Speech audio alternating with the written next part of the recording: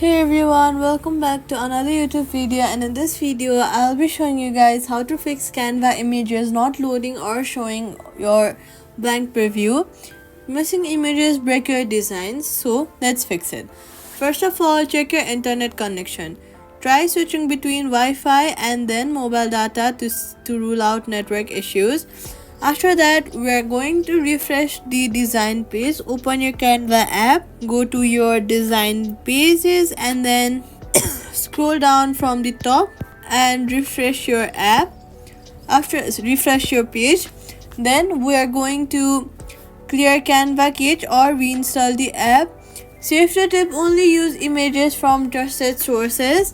Quick fix: open Canva web on your iPhone to see if images load there. And that's it. Subscribe for more fixes and tutorials.